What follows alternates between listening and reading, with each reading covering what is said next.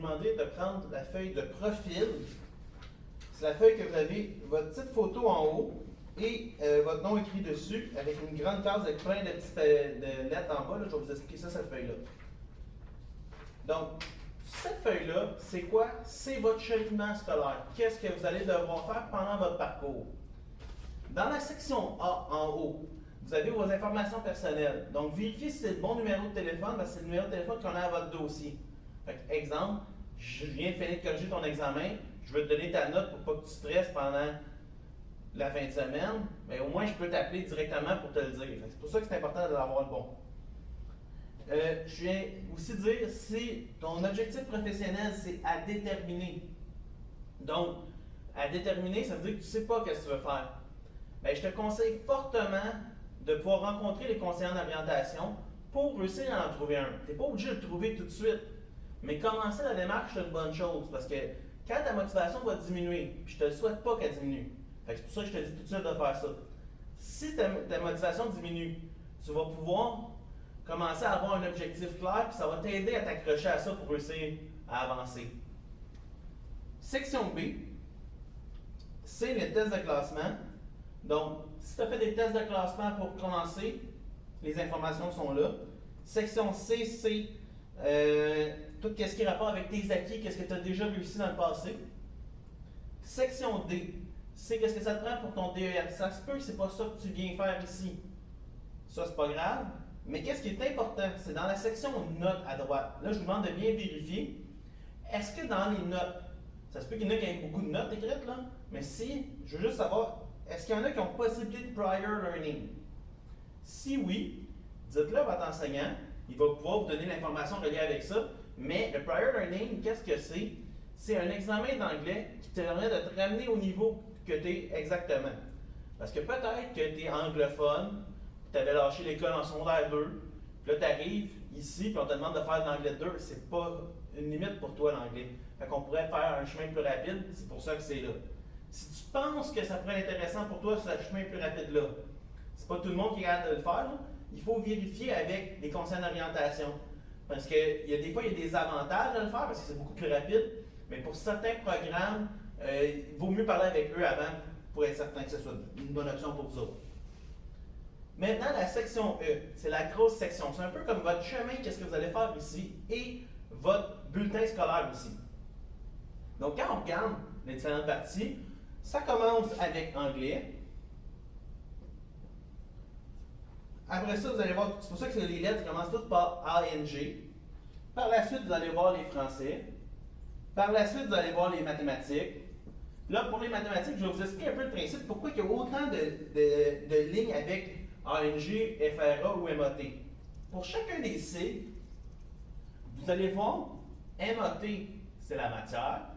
Le premier chiffre, c'est le niveau. Comme là, c'est mathématiques secondaire 3. Si jamais vous avez un P, ça veut dire pré-secondaire, comme dans l'exemple que je vais vous montrer juste après ici.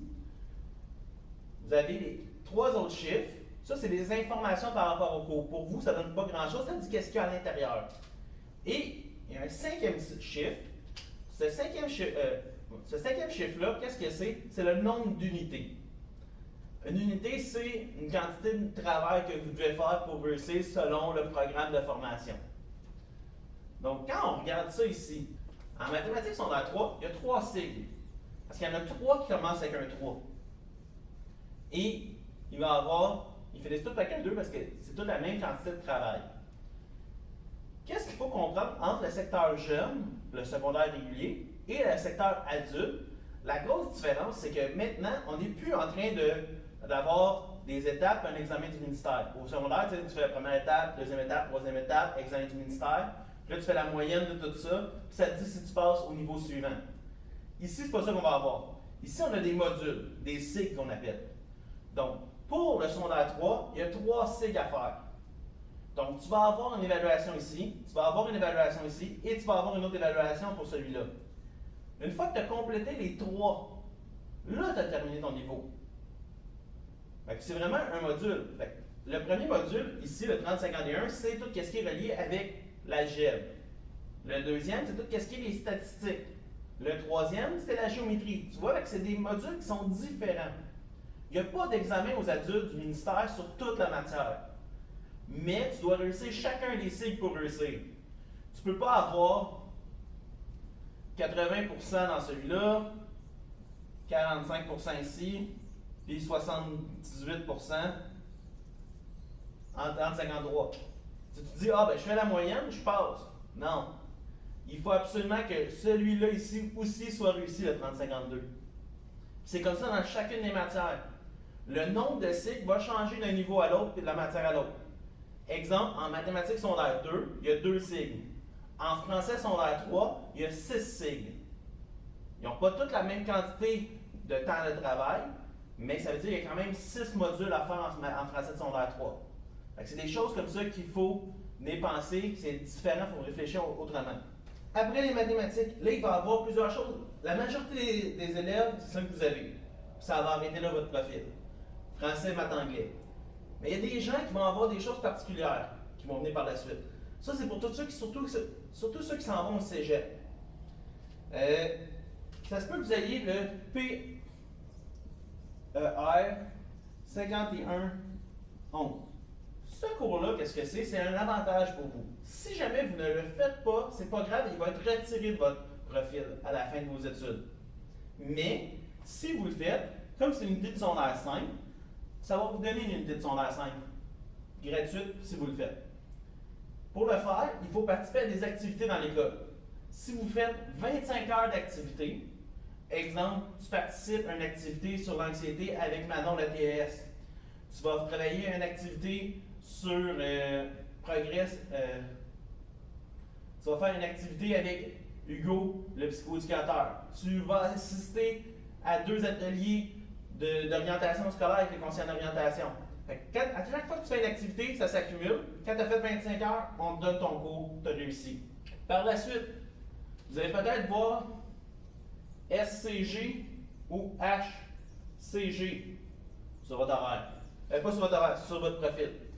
Donc, ces 2 cours-là, c'est des cours d'équivalence qui sont donnés aux élèves qui ont complété leur sciences de secondaire 3 ou leur histoire de univers social, USO de secondaire 3. Ça leur donne des unités ici aux adultes de secondaire 4. Je ne vous explique pas tout c'est quoi. Si vous voulez savoir plus d'informations, allez voir le conseil d'orientation. Si vous voyez sur votre horaire, votre profil, USO 404. Ou vous allez avoir aussi là qui va avoir MST 404. Ça, c'est 2 sigles que vous allez devoir choisir des cours. C'est que USO, c'est un univers social, vous allez devoir choisir des unités d'univers social, mais c'est pas déjà défini lesquels que vous allez faire, c'est vous qui allez choisir. MST, même chose, c'est en mathématiques, sciences ou informatique. Vous allez devoir choisir dans ces cours-là. Je vais en parler un petit peu plus tard dans les cours optionnels, mais il va falloir choisir ça. Meilleure personne à qui en parler, le conseiller en orientation. Vous avez vu, c'est une personne référente. Puis rappelez-vous, pour rencontrer un conseiller d'orientation, on n'est pas obligé de nécessairement de prendre un rendez-vous. Pour quelque chose comme ça, c'est des questions courtes. Vous pouvez aller au centre rendez-vous. Il y a plusieurs plages horaires pendant la semaine que vous pouvez y aller. C'est très rapide, puis vous allez pouvoir le faire. Par la suite, il y en a qui vont avoir des cours optionnels. OPT. Il y en a qui ont OPT 406 ou 504, par exemple. Le chiffre à la fin peut changer, ça va dépendre de ce que vous êtes. OPT 4, ça veut dire que ça prend des unités optionnelles de secondaire 4. OPT 5, c'est ceux qui sont de secondaire 5. Le dernier chiffre que vous avez ici, c'est le nombre d'unités que vous devez faire. Fait ici, ça va en prendre 6. Ici, ça en prendrait 4. Mais ça se pourrait que vous ayez des chiffres plus gros que ça. Ça dépend de ce que vous avez à votre profil à faire pour obtenir ce que vous êtes venu faire ici. Les cours optionnels, je vais les écrire ici. Donc, il y a des cours optionnels dans plusieurs matières. Il y a des cours en anglais. Il y a des cours qui sont aussi en français, dont un nouveau cours sur le théâtre. Il y a des cours en USO que vous allez pouvoir faire, reliés avec l'économie par exemple. Il y a des cours de sciences que vous pouvez utiliser. Il y a des cours de physique, chimie, biologie, technologie. Vous plusieurs cours à l'intérieur de ça. Il y a les cours informatiques. Il y a plusieurs cours d'informatique. C'est très vaste tout ce qu'il y a d'informatique ici. On part de comment allumer un ordinateur à comment faire de la programmation vidéo, de la programmation ou du montage vidéo aussi.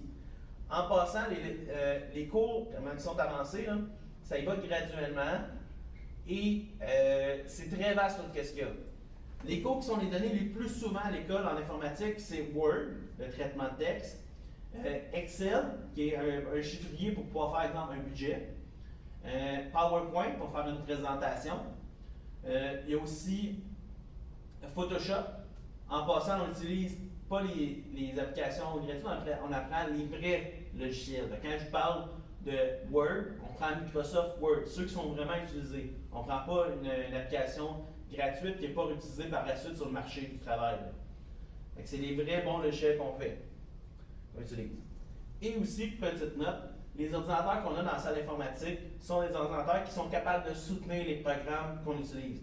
Exemple, quand on utilise Photoshop, Photoshop est un ordinateur qui est capable de faire rouler Photoshop. Je vous dis tout de suite, ceux qui pensent que vous êtes habitués avec des ordinateurs qui ne fonctionnent pas bien, qui sont très lents, à l'occasion informatique, on a des bons ordinateurs. Par la suite, d'autres cours possibles. On a mes finances, mes choix. Un super bon cours optionnel pour vous. Lui peut donner jusqu'à 3, il donne 3 unités de son layer 5. Très bon pour vous autres, mais aussi encore mieux pour vos qualités personnelles. Mes finances, mes choix, c'est un cours que vous allez apprendre à gérer vos finances. C'est 17 ateliers de 2 heures qui vous permettent de comprendre comment mieux gérer. Chaque atelier est sur un thème différent. Exemple, comment faire un budget, comment faire les assurances, comment acheter en ligne. 17 choses différentes. C'est donné par Olivier, notre enseignant de l'univers social, mais aussi par un intervenant du Carrefour Jeunesse Emploi. Donc, pour ça, c'est très intéressant. Prochain, TDAH. Le TDAH, qu'est-ce que c'est? C'est une maladie. En passant, c'est pas une maladie, je vous dis tout de suite, c'est juste que votre cerveau fonctionne différemment. Mais il faut apprendre à comment l'utiliser puis qu'il fonctionne différemment. Fait que ça, c'est un beau cours pour apprendre à comment faire ça. Puis en passant, avoir un TDAH peut être un gros avantage. Grammaire. Donc, atelier de grammaire pour apprendre ceux qui ont de la difficulté en français qui font beaucoup d'erreurs. Monde contemporain. Un autre atelier, cours très intéressant pour apprendre un cours d'histoire, mais sur l'actualité. Pourquoi il se passe telle chose? D'où est-ce que ça vient les relations qu'on a? Par exemple, il y avait des taxes qui ont augmenté sur le bois d'œuvre et sur l'aluminium. On les met, ils les enlèvent avec les États-Unis. Pourquoi ils font ça? D'où est-ce que ça vient ça? Pourquoi il y a ça? Le libre-échange. Là, je fais juste, ça c'est une capsule dans le cadre du cours, mais il y en a plein d'autres capsules comme ça. Le cours est construit comme ça. On part de l'actualité pour comprendre qu'est-ce qui se passe.